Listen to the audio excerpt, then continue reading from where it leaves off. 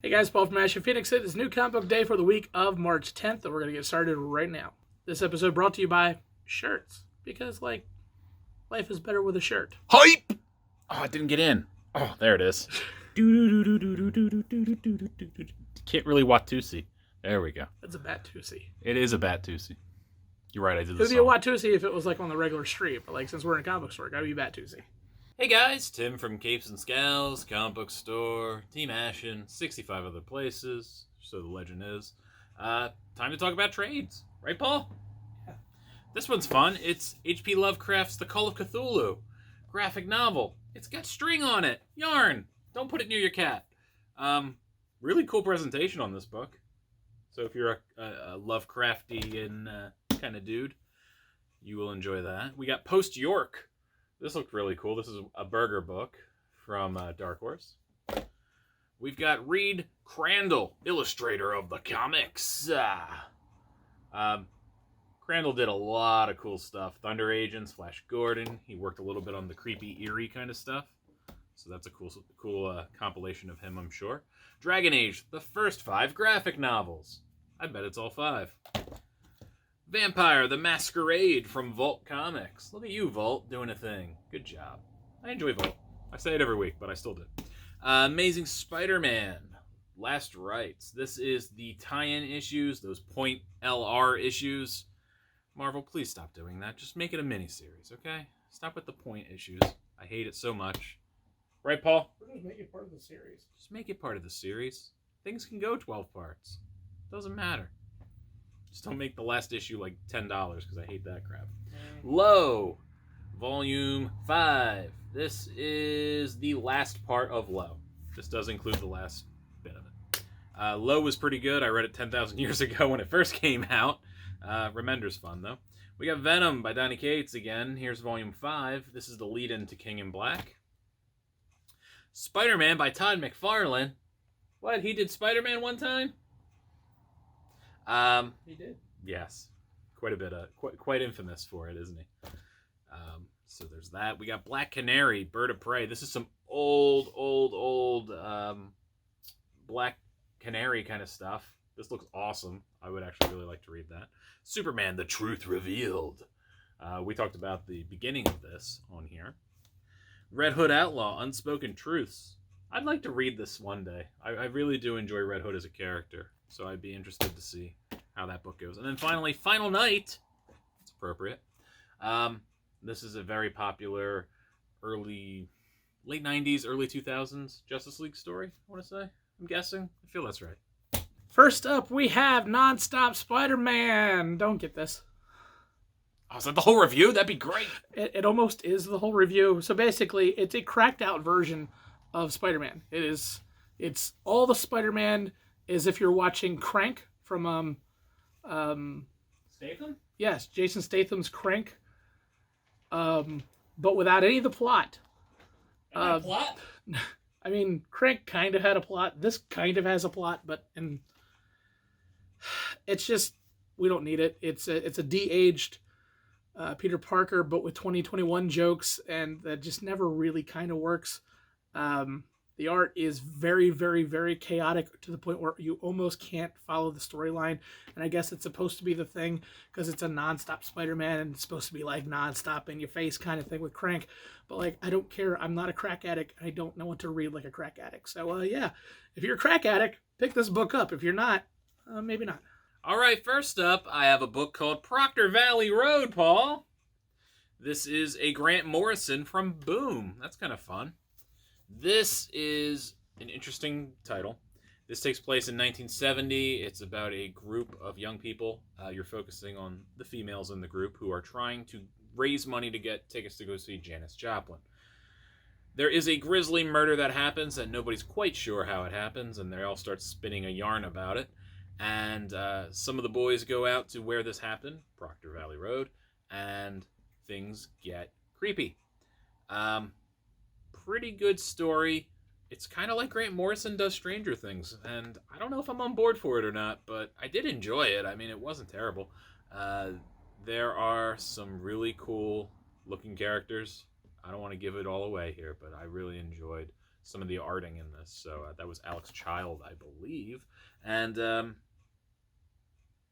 yeah, wait for it. Nope, he helped write it. Naomi Franquez. Maybe I said that right. Naomi did a great job. Good job, Naomi.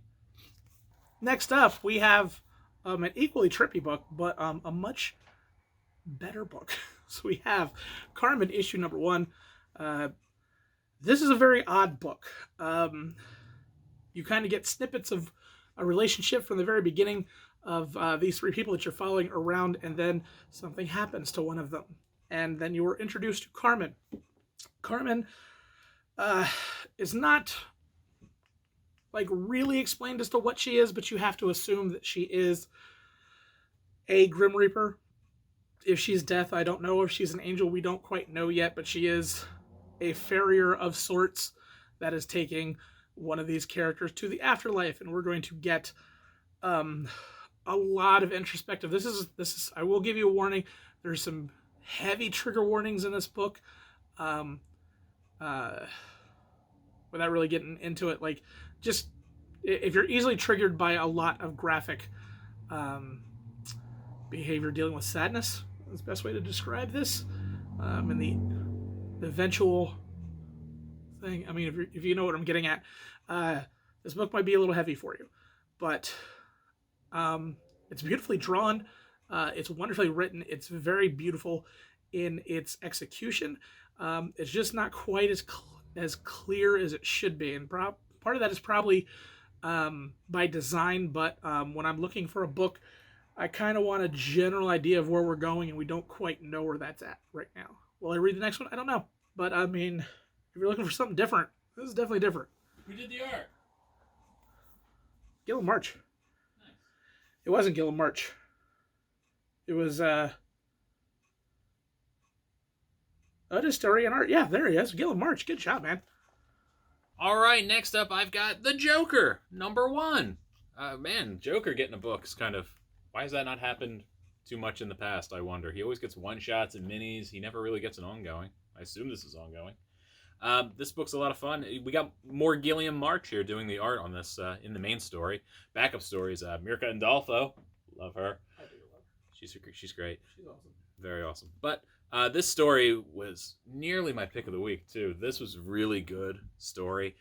Focusing not so much on the Joker, but stories of the Joker. And you're following Commissioner Gordon. The events of A-Day, I assume, happened already in a different book, where Joker gas was planted at Arkham Asylum and killed many, many, many inmates and people who worked at the hospital. So this is Gordon kind of reliving some things from his past. It talks about his early days when he was in Chicago and how he kind of got busted down for ratting on dirty cops and sent over to hell, essentially, to be our commissioner. That was his promotion to Gotham. And what you get is you get a little bit of a pass to him. You get a lot of really cool inner monologue from him. And in the present, he is debating whether to take a very interesting path to hunting down the Joker. And the Joker is really going ham. He's really just going nuts with his murdering spree.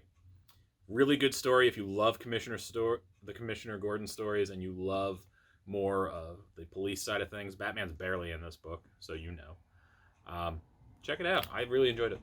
And my pick of the week, because nothing was just as good as this book. I love this book. It's issue number 3, or as Tim calls it, the Boondock Saints Fantasy Edition. It's an inside joke between us and the artists, and the writers. It's okay. They get it, and we're good with that.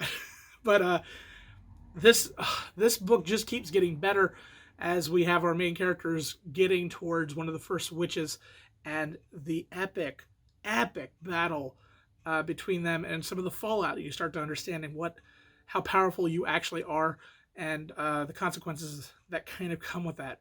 It is such a good book.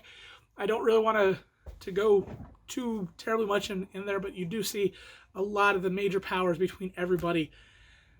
It's so good. Pick it up. It's only 3 issues in. There's only like 2 issues that you need to kind of find. But this book is beautifully done. The artwork is spectacular. And I loved the artwork before, But man, it really is showcased in this issue, and the rating's been fantastic. So if you haven't picked up this book yet, I don't know what you're doing. Yeah, grab it. All right, time for my pick of the week, and it's from Mad Cave. Paul, what is it? I don't know. You never know anything. Oh wait, I think I do. Oh, I kind of do. oh, do. you? I've already showed them. No, okay. Well, I have books in there or boxes in front of me. I didn't see it, so it still was a surprise to me. Nottingham. There it is. Nottingham is my pick of the week from Mad Cave. I really enjoy Mad Cave as well. I've read a bunch of their stuff on here. This is basically if you took V for Vendetta and mixed it with the Robin Hood legend. And Robin Hood is just a little more sadistic and a little more violent. You are following around the Sheriff of Nottingham, Sheriff Blackthorn, as he is investigating murders that clearly are the work of the Merry Men. It is your traditional Robin Hood story as far as the players. Like, you don't need a ton of introduction to who everyone is, just how they're operating, I suppose. Really good art, really good stuff happening in this book. It is a little violent for sure, so if you're squeamish and you want like a happy, merry kind of Robin Hood story, this isn't it.